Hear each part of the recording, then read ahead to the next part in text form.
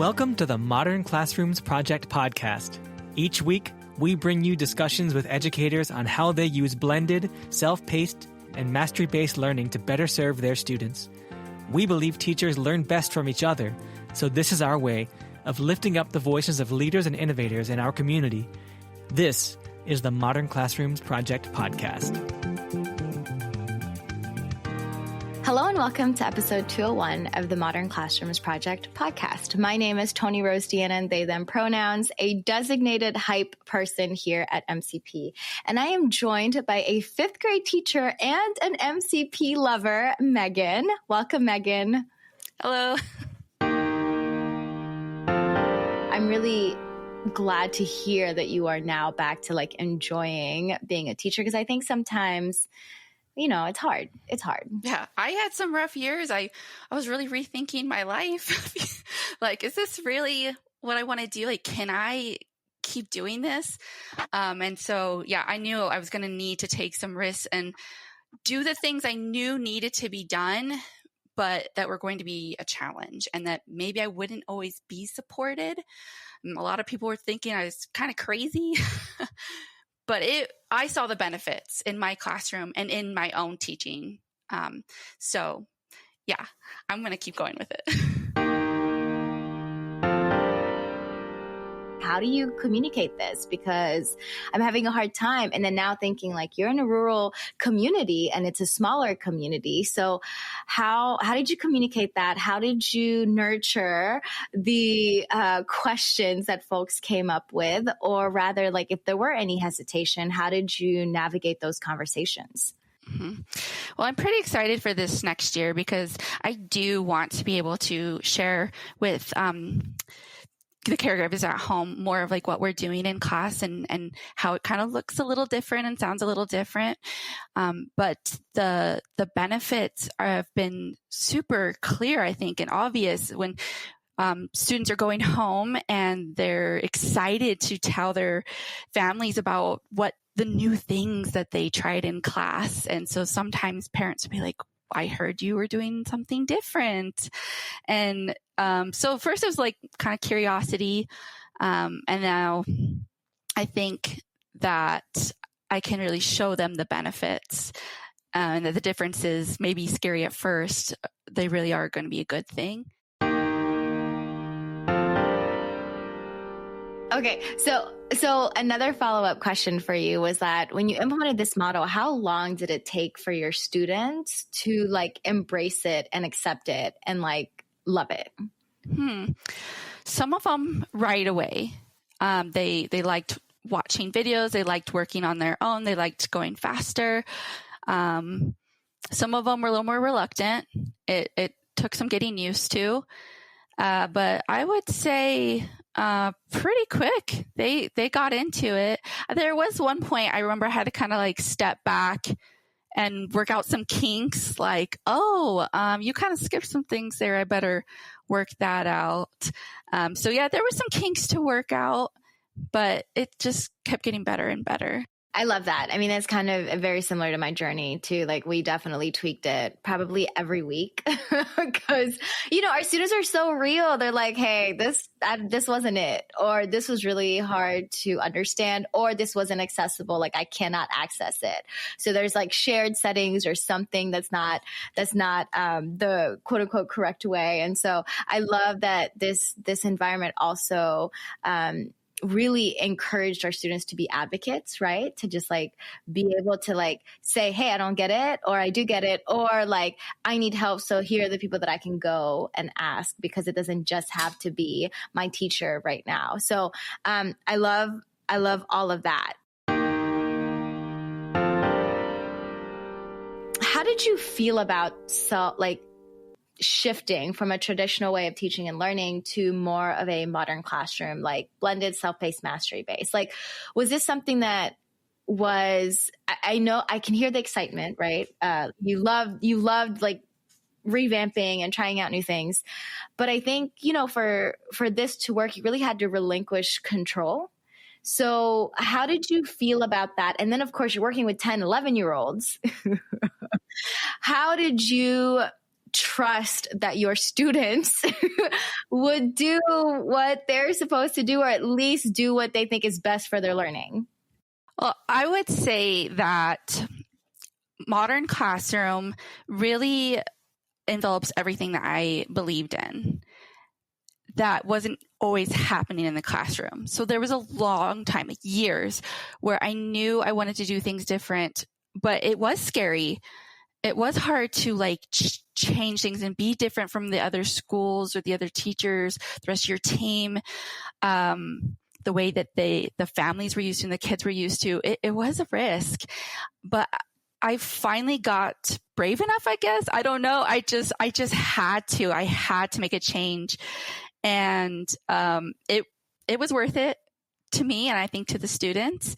But yeah, it took some years to be brave enough to really do what I wanted to do. And modern classroom sort of helped me have that like courage and confidence to make the big changes.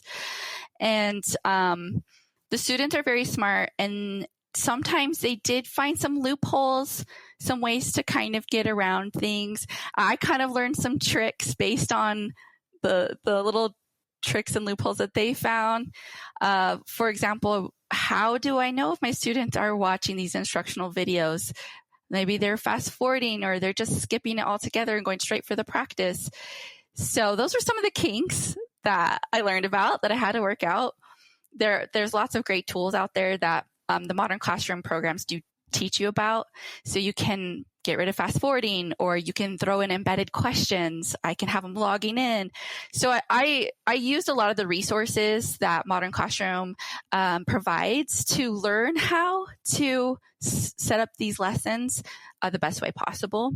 I love that.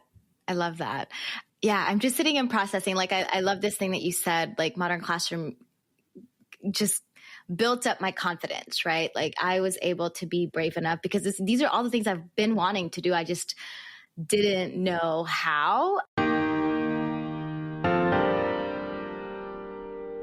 Yeah. And the collaboration has really helped motivate them too. Like I like to let them work together and help each other, but I like to provide some collaboration activities as well, both on the computer and off the computer. But there are some really great ones online. Some interactive like slideshow type lessons, like Nearpod, things like that, where they can do collaboration boards and they're chatting about the books that they're reading. They're recording themselves and doing little videos. They really love that. They're like a YouTube star for the day. And then they get to comment on each other's videos. So I like to try to find those really fun collaborative opportunities. And that does motivate them too. Yes. And that's the thing, right? Like we want our students to be talking. We want all of our students to be talking. I mean, especially for our students who are emergent, bilingual, multilinguals, right? For students who are learning English, like we want them to speak, y'all. Speaking and noise is actually good. Hey there, listeners. This is Zach. Hope you're enjoying the first of many shortcasts in our summer hiatus. So here are some reminders and announcements for June 1st. 2025. Calling all school and district leaders. We're hosting a virtual summer summit on June 24th for leaders supporting Modern Classroom's educators. Leaders will learn practical skills from fellow leaders, attend workshops of their choice, and connect with the Modern Classroom's Project Leadership Collaborative community. Modern Classroom's co-founder, Rob Barnett, is our featured keynote speaker and will share insights from his book, Meet Every Learner's Needs, alongside voices of students, educators, and leaders. We invite educators to share the summit with their leaders and invite leaders to register. Want to start building your own modern classroom? Sign up for our summer virtual mentorship program. From June 23rd to July 27th, work with one of our expert educators to build materials for your own classroom. We have scholarships all over the country, so you can enroll for free if you teach in Chicago, Alabama, Oakland, LA, Minnesota, and more. To see if there's an opportunity for you, check out modernclassrooms.org/apply-now. That's modernclassrooms.org/apply-now. We're hosting 2 book clubs this summer. We're reading The Promises and Perils of AI in Education by Ken Shelton and Lanier in June, and The Identity Conscious Educator by Liza Talusan in July. Look out for more details. Stacy Snyder is presenting on modernizing instruction with mastery-based learning, using Google for education tools at Create 2025 on June 5th in Maumee, Ohio. Hui Couch is presenting on Empower Every Learner in Self-Paced Blended and Mastery-Based Learning MCP model at JCPS Academic Innovation Summit from June 3rd to 5th in Louisville, Kentucky. And Kate Klug is presenting on self-pacing, letting students drive their learning at Dakota State University Teach Camp on June 6th virtually. T.R. Deannan, who you may know, will be attending Georgia Council for Exceptional Children Annual Conference from June 6th to 7th in Carrollton, Georgia. And if you're attending, definitely make sure to stop by and say hi. That was a lot of information. Of course, there will be links and more info in the show notes for this shortcast, but let's go ahead and get back into it. And so it was like one of those things of like, oh no, I'm going to go sit with this peer instead of my friend because I have this work to do. And I'm like, wait, what? You're a sixth grader making good decisions? That's really dope, actually. Yeah. And like the kids who are more like shy, the ones who would like never raise their hand, never want to be called on, all of a sudden they're like growing and blooming because they're on the computer and they can write about it or speak about it or record themselves. There was so many more ways for them to interact and engage with others that wasn't so like stressful. Yeah. And like you said, building that confidence, right? So that students are able to and want to share out what they're learning. So I love that whole, I feel like it's sprinkles on top, right? Like you have this really dope instructional model, plus you get to have all of these like 21st century skills that we want to teach our students that we're always talking about, right? I still am doing some of the regular assessments that we need to do, the ones that are useful for my team or for my school, for the state. So I still have those assessments. I'm still making sure my students are prepared for those. And I feel like with mastery-based learning, they really are more prepared for those big tests that we have to do. As far as like assessing like engagement and growth, I feel like it's more like I can observe it. I'm seeing that they're engaged. I'm seeing that they're caught up on their work. I think even like the parents started to notice like, hey, they're not behind anymore. Like they're catching up. And even like having the resources online is very helpful for caregivers at home because they knew exactly what we were learning and they could help them at home. And so, yeah, I still am doing the assessments, but I really like the focus on mastery-based assessments rather than just like cramming it all in to one big test. Yeah. No, I love the chunking as well. And I love the intentionality behind what we grade, right? To make sure that like our students actually master the skills and the standards and the concepts that we're teaching. How do you differentiate to meet the diverse needs of your students in this like self-paced mastery-based model? And then also what support systems have you put in place for students who struggle or excel? Because we have students who will struggle and we have students who will excel. And those students aren't always the same students in each unit. Let's see. I find that with the blended learning and the self-paced learning, so students are engaged, they're doing their lessons. It frees me up to pull those kids who need like a reteach or they need some more practice or they need to see it modeled in a different way. I'm able to differentiate and like give them those different kinds of lessons and work with them one-on-one and in small groups. And while the rest of the class is still learning and engaged, I have so much more time for that now. Before, you're right. Like it was so hard. It was like you have like just the one lesson and you don't have time to like teach it in a bunch of different ways. But I do have more time to work with those students and to give them the lessons in a way that they need.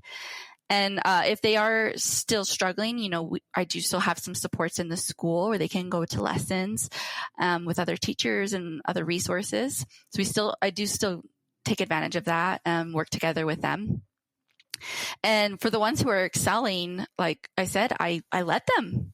I'm not going to say, whoa, you have to be right with me. Students can't stand that.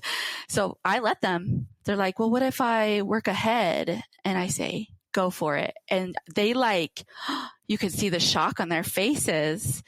They're like, you're going to let me work ahead? I'm like, yeah, as far as you want. Keep going. I'm not going to stop you. And they just think that's awesome. And sometimes they take it as like this personal mission that they're going to see how far they can get ahead of everyone else. And so, last year I was, still building. And so I would tell them, oh no, you caught up to me, like you beat me. So that was kind of fun for them too. Yeah, because, I talk about like busy work. It's not busy work. No. It's really like y'all aspire to do is like, I don't know. How do you even describe aspire to do? Like the projects, like more in-depth, like projects and like more complex things. Like I usually give them something to build or an experiment I want it to be something that the other students see and go, whoa, what is that? I want to do that. Like, I want to get to that point. So that's why I try to make it like the bigger, like more fun and involved things, the kind of flashy stuff. Yes. Because as educators, we also get to be creative, right? Like, if I had all the time in the world, what would I want my students to do? And that's what we typically put in our aspire to do. And I like to see it that way too. And so like for listeners, we're like, well, what if a student takes forever to do their must-dos and then they don't get to go to the aspire to do's? I'm like, well, sometimes that happens. And there are other times too, if you know already that student A and student B is going to struggle with the concept for their must-dos, go ahead and go sit with them and go through that lesson with them just so that they can go and get their aspire to do done. Because I've done that multiple times as well. Thank you all for listening. Have a great week and we'll be back next Sunday. Megan, thank you so much. Thank you so much for listening. You can find links to topics and tools we discussed in our show notes for this episode. And remember, you can learn more about our work at www.modernclassrooms.org, and you can learn the essentials of our model through our free course at learn.modernclassrooms.org. You can follow us on Twitter, Facebook, and Instagram at modernclassproj, that's Proj. We are so appreciative of all you do for students and schools. Have a great week, and we'll be back next Sunday with another episode of the Modern Classrooms Project podcast.